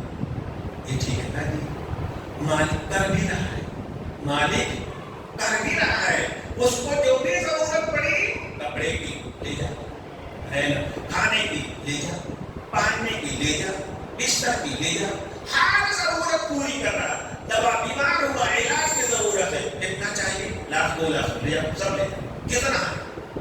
یہ ایسے اللہ پاک ہمارے ساتھ کو ہمارے ہر ضرورت کو کیا کر رہے؟ پوری کرتے ہیں، ہر ضرورت کو پوری کرتے ہیں۔ اسی طرح ایک مالک ہے۔ اب یہ مالک کبھی اگر دیکھ لے کہ جس نوکر کی ہر خواہش کو میں پورا کر رہا ہوں، وہ دیکھ لے کہ یہ میرا نوکر مجھ سے چھپا کر کے جا کے میرے دشمنوں کے سامنے ہاتھ پھیلاتا ہے کہ دے دیجئے، 2 روپے دے دیجئے، 4 روپے دے دیجئے، مالک برداشت کرے گا اسے؟ انسلٹی ہے کہ نہیں مالک کی؟ بتاؤ، ہے برداشت کرے گا؟ کبھی نہیں کرے گا۔ تو اب جا، تیرے نوکری ختم، تو میرا غلام نہیں رہ گیا، میرا نوکر نہیں رہ گیا، ہے نا، تو نے رسوا کیا مجھے۔ اسی طرح بھائیو، ہم اللہ کے غلام ہیں، اللہ کے بندے ہیں، اللہ نے وعدہ کیا ہے، پورا بھی کر رہے ہیں، ہر ضرورت ہم تمہاری پوری کریں گے، تمہاری بے بسی کو، لاچاری کو، مجبوری کو، سب ہر چیز کو میں اپنی طاقت سے بدل دوں گا، میں اپنی طاقت سے تو نواز دوں گا۔ جو مانگنا ہے مجھ سے مانگ، جو مانگنا ہے مجھ سے مانگ، میں اپنی ہی جیسے دوسرے مجبور بندوں سے تو مت مانگنا۔ اب اگر ہم کہیں کہ فلاں آپ مجھے دے دیجیے، آپ مجھے دے دیجیے، دوسروں کے سامنے ہم اپنے ٹکڑا ہوئے، تو یہ اللہ کی انسکتی ہے، اللہ کی عزتی ہے، اللہ اسے پسند نہیں کرتے۔ تو میں یہ کہا تھا کہ عبدیت عبادت یہ ہے کہ ہم اپنی بے بسی، سمجھے کہ ہم بے بس ہیں، سمجھے کہ ہم لاچار ہیں، سمجھے کہ ہم مجبور ہیں، لیکن اپنی مجبوری، اپنی بے بسی اللہ کے سامنے ہم گائیں گے، کسی اور کے سامنے نہیں گائیں گے۔ اللہ کے رسول صلی اللہ علیہ وسلم نے فرمایا کہ دعا ہی عبادت کا بوتا ہے۔ مانگو، اللہ سے ہر چیز مانگو، دنیا کی جو بھی نعمت مانگنا چاہتے ہو مانگو، دنیا آخرت کی جنت میں فردوس مانگنا چاہتے ہو مانگو، تمہارے لیے بنی ہے، سب مانگو لیکن اللہ سے مانگو، اللہ کے علاوہ کسی اور سے مت مانگو۔ اللہ کے رسول صلی اللہ علیہ وسلم سمجھیے بات ختم ہو رہی ہے، کیا کہا کہ ہمیں مانگنا ہے کس سے؟ اللہ سے۔ ہمیں اپنی بے بسی کا رونا ہے لیکن کس سے؟ اللہ سے۔ ہمیں گریوزاری کرنا ہے لیکن کس سے؟ اللہ سے۔ دوسری بات سمجھیے کہ دعا قبول ہونے کے لیے کچھ شرطیں، نبی اکرم صلی اللہ علیہ وسلم نے فرمایا ایک شخص آتا ہے، دور دراز سے چل کر آتا ہے، پیدل چل کر آتا ہے، اس کے پورے بدن پورا کپڑا درد و غبار میں ڈھکا ہوا، وہاں سے چل کر وہ آتا ہے ایسی جگہ حرم میں جہاں دعا قبول ہوتی، اور وہ خوب رو کر کے گڑگڑا کر دعائیں کرتا ہے، رو کر کے گڑگڑا کر دعائیں کرتا ہے، لیکن حضور نے فرمایا ملبسہ حرام، اس کے بدن پہ جو کپڑا ہے وہ بھی حرام مال کا ہے، مطعمہ حرام، اور وہ جو کھاتا ہے وہ بھی حرام کا ہے، مشربہ حرام، جو پی رکھتا ہے وہ بھی حرام کا پی رکھتا ہے، غذی بالحرام، اور اس کا گوشت حرام سے پلا بڑا ہے۔ تو صرف گرد آلود ہونے سے، حرام میں کرنے سے، رونے کی گرانے سے انا یستجاب لہ، اس کے لیے کہاں دعا قبول ہو جائے؟ تو پہلی دعا کی قبول ہونے کی پہلی شرط یہ ہے کہ ہمارا کھانا، ہمارا پینا، ہمارا پہننا، ہمارا بستر، ہمارے گھر میں ہر چیز حرام سے بچی ہوئی ہو، حلال، تب دعا قبول ہوتی ہے۔ آگے دوسری چیز سمجھو کہ دعا قبول ہونے کی شرط کیا ہے؟ دوسری کہ آدمی دعا کرتے کرتے کرتے کبھی تھکے نہ، کبھی تھکے نہ۔ آپ نے فرمایا نیک بخت ہے وہ بندہ جس کے لیے دروازہ دعا کا دروازہ کھل گیا، جس کے لیے دعا کا دروازہ کھل گیا، یعنی اللہ پاک نے اسے دعا کی توفیق دے دی، وہ دعا کرتا ہے، ہر وقت دعا کرتا ہے، جب بھی موقع ملتا ہے دعا کرتا ہے، اور کبھی نہ امید نہ ہو۔ کیا مطلب ہوا؟ دیکھو ہم لوگوں میں اکثر و بیشتر یہ چیز ہے کہ ہم دعا کرتے رہتے ہیں، ایک دن، 2 دن، 4 دن، 10 دن، پھر یار میری تو دعا قبول ہی نہیں ہو رہی، میری تو اللہ پاک سنے ہی نہیں رہے، میں تو گناہ گار ہوں، میری تو اللہ پاک سنے رہے۔ اس اللہ نے کہا، کب کہا کہ گناہ گار کی دعا نہیں سنتے ہو؟ تو نیک کبھی سنتے ہیں کہ گناہ گار کی دعا بھی کیا کرتے ہیں؟ سنتے ہیں نا۔ اس لیے تو یہ سوچنے لگے کہ نہیں میں تو برا آدمی ہوں، میری دعا قبول ہی نہیں ہوگی، نہیں بابا، یہ مایوسی نہیں ہونا چاہیے، یہ مایوسی، دعا کرتے رہو، خود ہی ایک عبادت ہے، تم نے جو مانگا وہ ملے یا نہ ملے، تو مسلسل ایک عبادت میں لگا ہوا ہے، یہی کیا توفیق کم ہے کیا کہ عبادت میں لگا ہوا ہے؟ سمجھ گئے بات؟ اس لیے نا امیدی کبھی نہیں ہونی چاہیے۔ دوسری شرط یہ ہوئی کہ دعا کرتے کرتے تھکنا نہیں چاہیے، کبھی نا امید نہیں ہونا چاہیے۔ کیا بتایا؟ 2 شرط رکھتا کہ کھانا پینا پہننا سب حلال کا ہونا چاہیے، حرام کا نہیں ہونا چاہیے، دعا قبول ہونے کی پہلی شرط ہے۔ اور دوسری کیا بتاؤ، کیا بتایا دوسری؟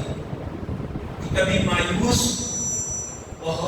نہیں ہونا چاہیے، تھک کر دعا چھوڑ نہیں دینی چاہیے، بلکہ دعا ہو رہی ہے، دعا کر رہے ہو، سمجھو کہ اللہ کا یہ بھی توفیق ہے کہ اس نے اپنے سامنے تمہیں باندھنے کے لیے، مانگنے کے لیے کھڑا کر دیا، بٹھا دیا ہے نا۔ نبی اکرم صلی اللہ علیہ وسلم نے فرمایا کہ بندہ اللہ سے نہیں مانگتا، اللہ اس کو غصہ ہوتے ہیں، اللہ اس کو غضب ہوتے ہیں۔ دنیا جہان سے اللہ کا دستور الگ، دنیا والوں سے جتنا مانگو کہ اتنا گھبرائے گا، اپنے ماں باپ سے بھی کوئی بچہ بار بار مانگے تو کیا کرے؟ ڈانٹ بگا ہے نا؟ کیوں؟ اس لیے کہ ان کے پاس جو کچھ ہے تھوڑا ہے، ان کو ڈر ہے کہ ختم ہو جائے گا، ہے نا؟ انسان کے پاس کتنا وہی کم ہو جاتا ہے، زیادہ بابا زیادہ مانگو گے، بار بار مانگو گے تو گھبرا جائے گا، وہ بھگا دے گا، کیوں؟ اسے ڈر ہے کہ میرے پاس جو ہے ختم ہو جائے گا۔ لیکن اللہ پاک سے جتنا زیادہ بندہ مانگتا ہے، جتنا بار بار مانگتا ہے، اللہ پاک کچھ نہیں خوش ہوتے۔ اور جو بندہ نہیں مانگتا، اللہ حضور نے فرمایا کہ اللہ وَمَن لَمْ يَسْأَلْ يَغْضَبْ عَلَيْهِ، جو اللہ سے نہیں مانگے گا اللہ سے ناراض ہو جاتے ہیں، اس سے غصہ ہو جاتے ہیں۔ اس لیے اللہ سے مانگے، خوب مانگے، جتنا مانگ سکتا ہے مانگتا رہے، اور کبھی نہ تھکے اور نہ کبھی مایوس ہو۔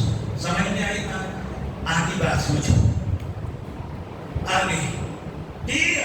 ہر مانگنے والے کی اللہ پاک دعا قبول کرتے ہیں۔ دعا قبول ہونے کا کیا مطلب ہے؟ آخری بات سمجھا رہا ہوں، سمجھو۔ دعا قبول ہو گئی ہے، اس کا کیا مطلب ہے؟ سمجھو، تین طرح دعا قبول ہوتی ہے۔ کئی طرح سے؟ تین طرح سے دعا قبول ہوتی ہے۔ ایک تو دعا قبول ہوتی ہے کہ بندہ جو بھی مانگ رہا ہے اللہ پاک وہی دے دے۔ بیمار ہے، مانگا صحت، اللہ پاک صحت دے دیجئے، دے دیا، صحیح ہو گیا۔ ایک تو یہ ہے نا، سب لوگ سمجھتے ہیں کہ یہی ہے دعا قبول ہونا، کہ ہم نے جو مانگا ہو بہو وہی مل گیا۔ ارے سمجھے، ہم نے ایک خوبصورت بیوی مانگی، مل گئی، واہ ہماری دعا قبول ہو گئی۔ یا پیر جی سے دعا کرایا تھا، پیر جی کی دعا قبول ہو گئی۔ ایک تو یہ ہوتا ہے بندہ جو مانگے وہی کیا ہو جائے، مل جائے۔ لیکن یہ بات سمجھنی چاہیے کہ بندہ کا علم ہی کتنا ہے، بندہ کا علم ہی کتنا ہے۔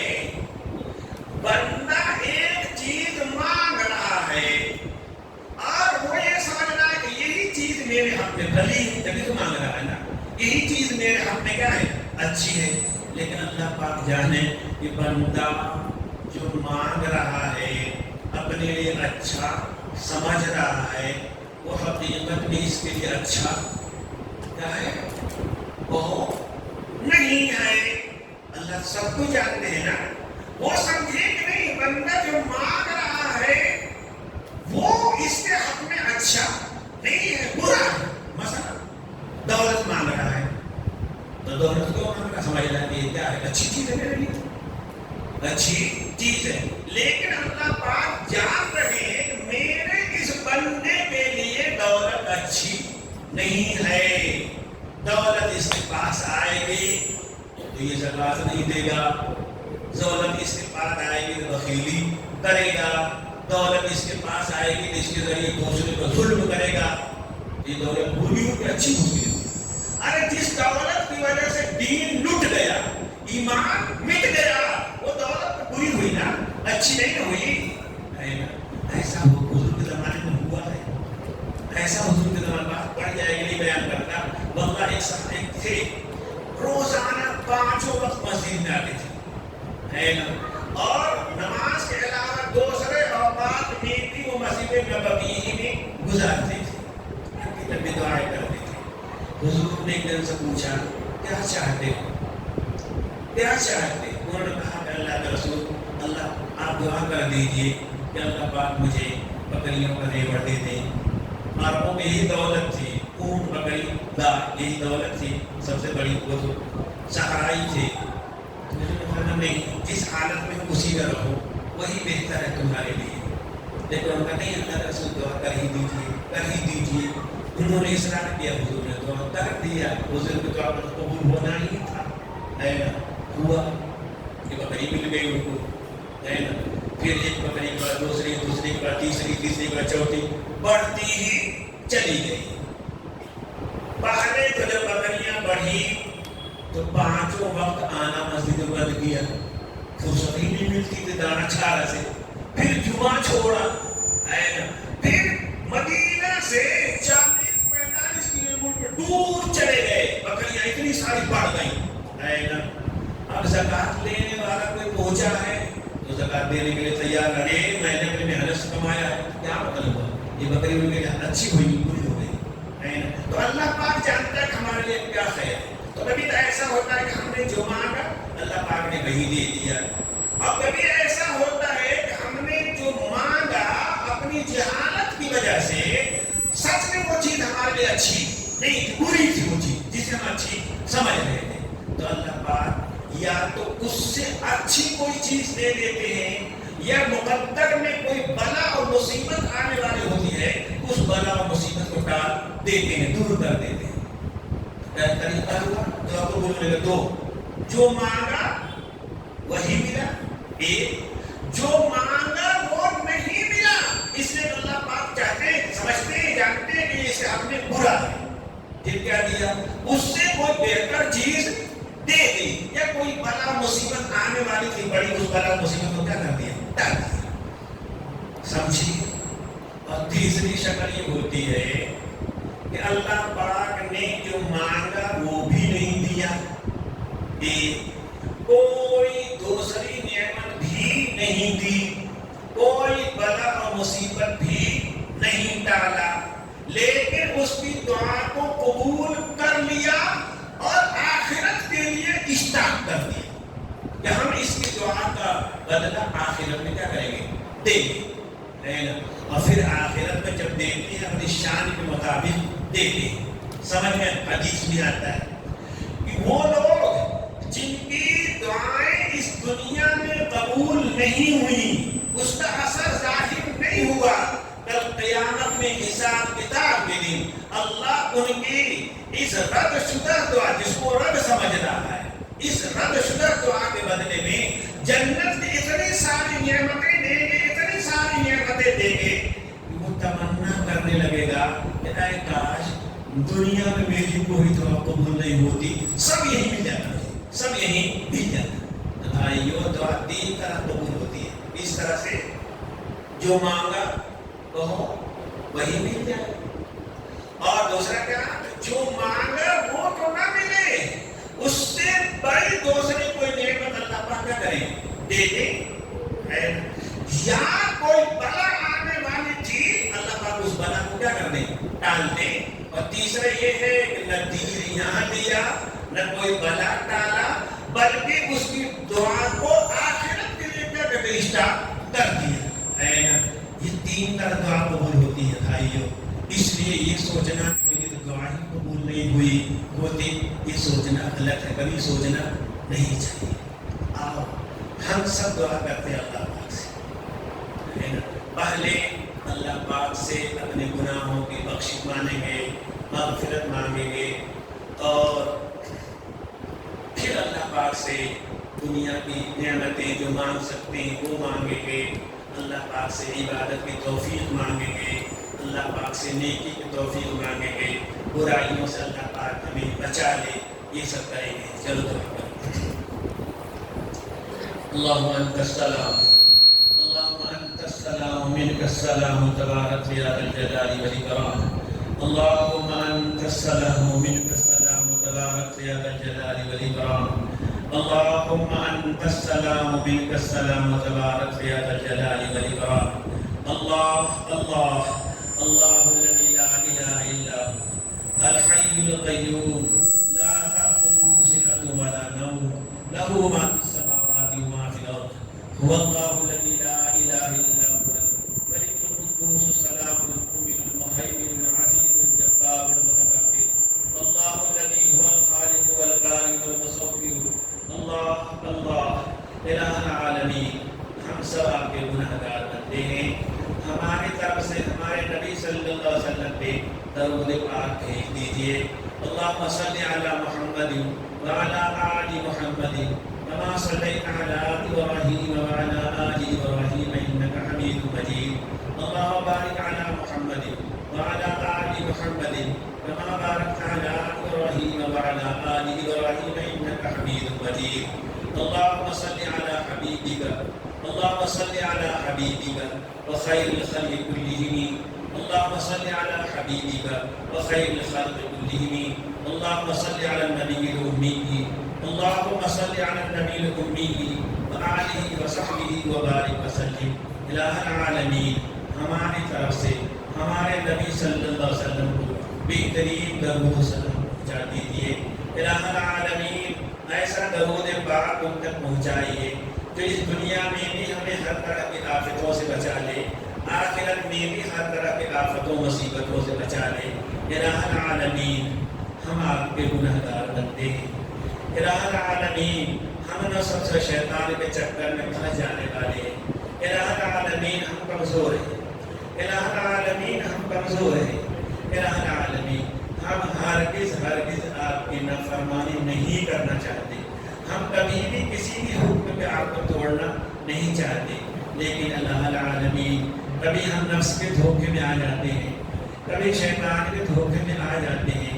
الہ العالمین ہمیں ہمارے نفس کے دھوکے سے بچا لیجئے، الہ العالمین ہمیں شیطان کے دھوکے سے بھی بچا لیجئے، الہ العالمین ہماری کمزوری میں اپنی طاقت شامل کر دیجئے، الہ العالمین الہ العالمین یہ رمضان کا مہینہ ہے، الہ العالمین آخری عشرہ ہے، الہ العالمین 27ویں شب ہے، الہ العالمین ہماری دعا کو قبول کر لیجئے، الہ العالمین رمضان بھر میں ہم نے جو روزے رکھے ہیں انہیں قبول کر لیجئے، الہ العالمین آپ ہی کے لیے ہم نے تراویح پڑھی ہے اسے بھی قبول کر لیجئے، ہم نے جو بھی دعائیں مانگی ہیں اللہ پاک سب کو قبول کر لیجئے، الہ العالمین ہمیں دنیا کے ہر شر سے ہر برائی سے بچا لیجئے، الہ العالمین آخرت کے شر سے برائی سے بھی ہمیں بچا لیجئے۔ ربنا آتنا فی الدنیا حسنہ وفی الآخرۃ حسنہ وقنا عذاب النار۔ ربنا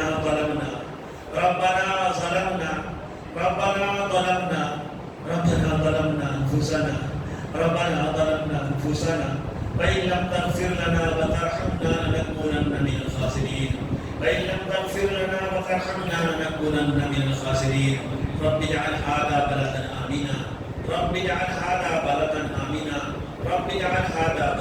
آمنا الہ العالمین اس شہر کو اس ملک کو امن و امان والا بنا دیجئے، صلح و آشتی والا بنا دیجئے، پیار و محبت کا گہوارہ بنا دیجئے، الہ العالمین اس شہر کے اس ملک کے دیش کے باسیوں کو الہ العالمین فراوان رزق دیجئے، وارزق اہلہ من الثمرات فراوان رزق دیجئے، الہ العالمین ربنا واجعلنا مسلمین لک ومن ذریتنا امة مسلمة لک۔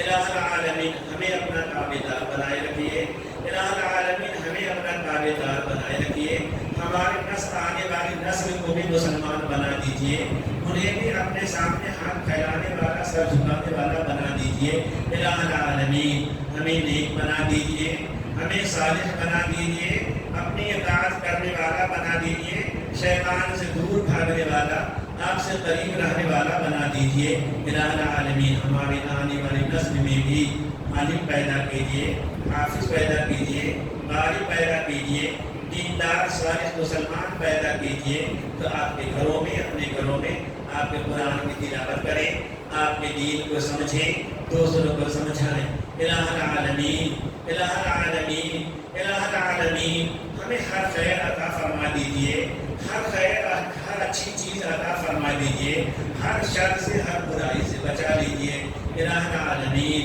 یہ تھوڑی سی زندگی ہے، یہ تھوڑی سی زندگی ہے الہ العالمین، اس کو نیکیوں گزارنے کی توفیق دے دیجئے، ہر شر سے ہر برائی سے ہمیں بچا لیجئے، الہ العالمین ہم میں سے جن کے والدین ماں باپ دنیا سے جا چکے ان کی بخشش کر دیجئے، ربنا اغفر لی ولوالدی وللمؤمنین یوم یقوم الحساب، رب اغفر لی ولأخی ولوالدینا، الہ العالمین ہمیں بخش دیجئے، ہمارے والدین کو بخش دیجئے، ہمارے بھائی بہنوں کو بخش دیجئے، سارے مسلمانوں کے گناہوں کو بخش دیجئے، سب پہ نظر کرم کر دیجئے، الہ العالمین ہمیں اسلام کا دامن مضبوطی سے تھامنے کی توفیق دیجئے، ہمیں نبی صلی اللہ علیہ وسلم کو وفادار بنا دیجئے، قرآن کریم پہ عمل کرنے والا بنا دیجئے، الہ العالمین ساری دنیا میں مسلمان پیٹے جا رہے ہیں، ان کی عزتیں لوٹی جا رہی ہیں، الہ العالمین میانمار میں مسلمان پیٹ گئے،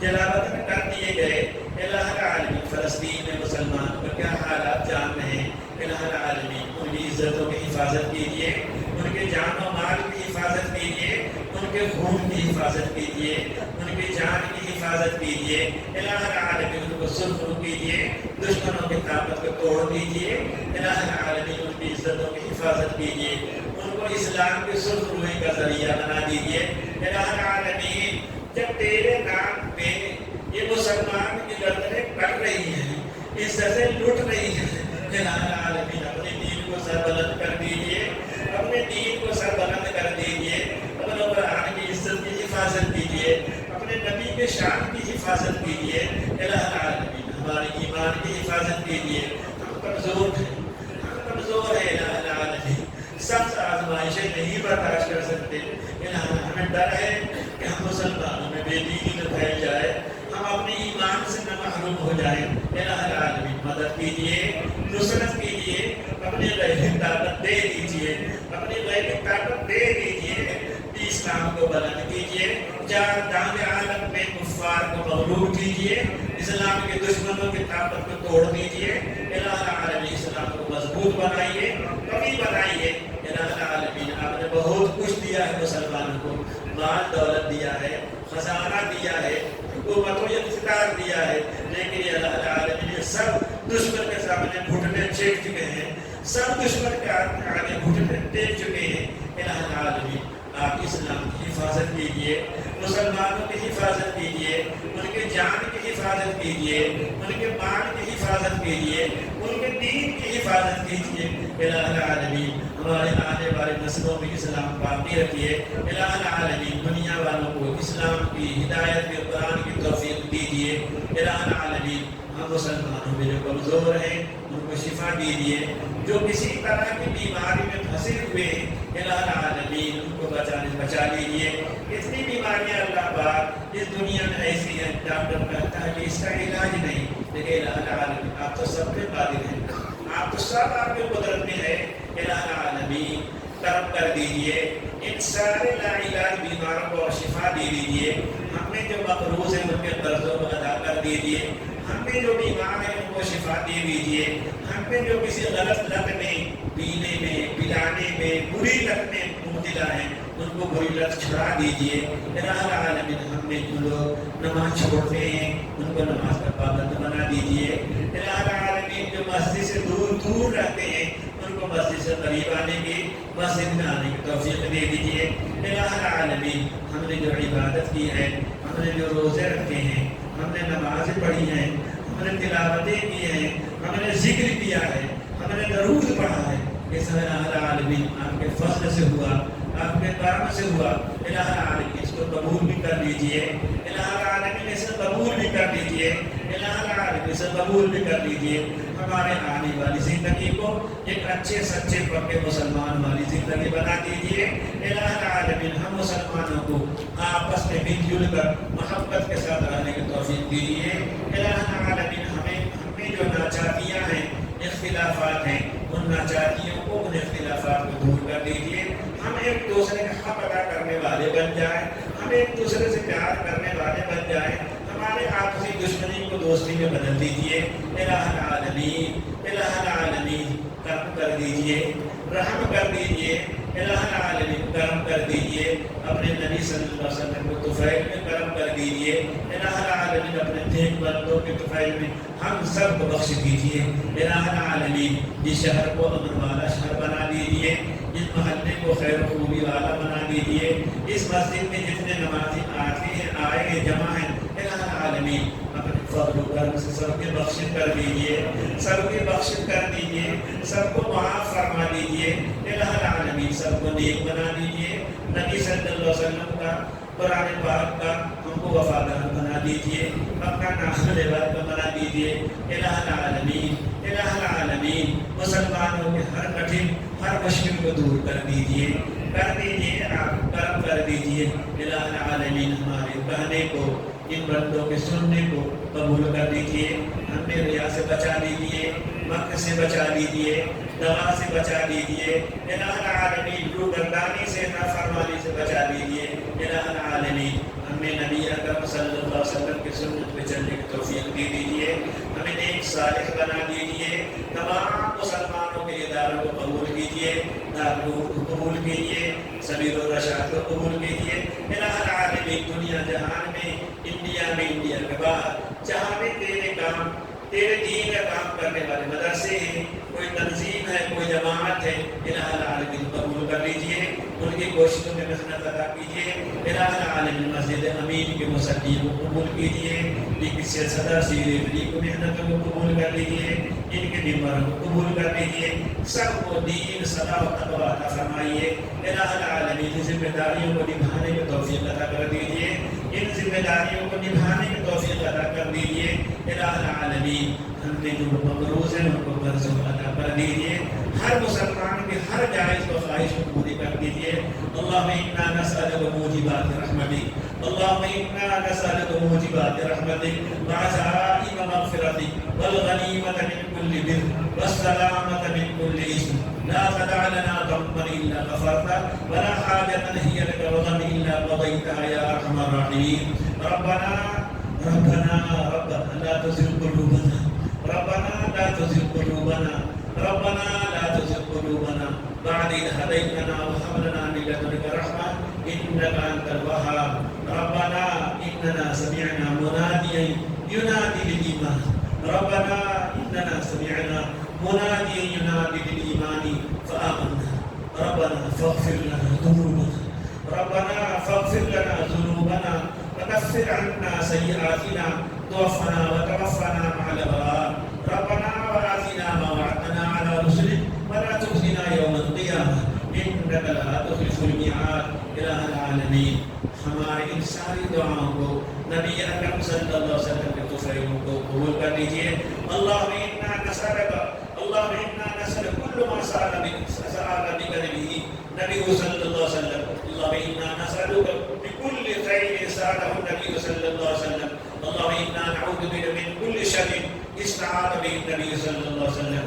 ہمارے نبی صلی اللہ علیہ وسلم نے اپنے لیے, ہمارے لیے, اپنی امت کے لیے جو بھی خیر مانگا ہے الہ العالمین ہمیں عطا کر دیجیے.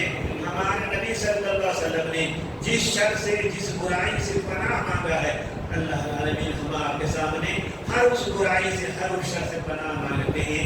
الہ العالمین ہمارے بوڑھوں کے طفیل بھی ہمیں بخش دیجیے, جوانوں کے طفیل بھی ہمیں بخش دیجیے. الہ العالمین اس میں کتنے ایسے جوان ہیں جو آپ کے لیے روتے ہیں, آپ کے سامنے ہاتھ پھیلائے ہوئے ہیں, کتنے بوڑھے ہیں جن کی داڑیاں آنسو سے تر ہو چکی ہیں. الہ العالمین آنسو کے لاج رکھ لیجیے, ہمیں بخش دیجیے, ہم سب کو بخش دیجیے. ایک نیک صالح انسان ہمیں بنا دیجیے, نبی صلی اللہ علیہ وسلم کے طریقے میں چلنے والا بنا دیجیے. ہمیں قرآن کا شہدائی بنا دیجیے. ہمارے خطرہ میں بیماریوں کو, پریشانیوں کو دور کر دیجیے. الہ العالمین جو لوگ دعا میں شریک ہیں ان کے دعا بھی قبول کر لیجیے. جو دعا میں شریک نہیں ہے انہوں نے دعا میں کہا ہے, یہ کہنے کا میں جی چاہتا رہا ہو, الہ العالمین سب کی جائز ضرورتوں کو پوری کیجیے. ہم میں سے ہر ایک دکھ درد کو دور کر دیجیے. الہ العالمین ہم سب کو کل قیامت میں الہ العالمین ہمارے عیب کو چھپا دیجیے گا, ہمارے گناہوں کو چھپا دیجیے گا. الہ العالمین ہمارے ماں باپ بھی ہوں گے, ہمارے بھائی بہن بھی ہوں گے, نبی صلی اللہ علیہ وسلم بھی ہوں گے. الہ العالمین اس دن ہمیں رسوا مت کیجیے گا, شرمندہ مت کیجیے گا. آپ غفار ہیں, آپ ستار ہیں. جس طرح آپ نے ہمارے گناہوں کو دنیا میں چھپایا ہے, الہ العالمین آخرت میں بھی چھپا دیجیے گا. الہ العالمین چھپا دیجیے گا. ربنا تقبل منا, ربنا تقبل منا, ربنا تقبل منا انك انت السميع العليم وتب علينا وتب علينا وتب علينا انك انت التواب الرحيم. صلى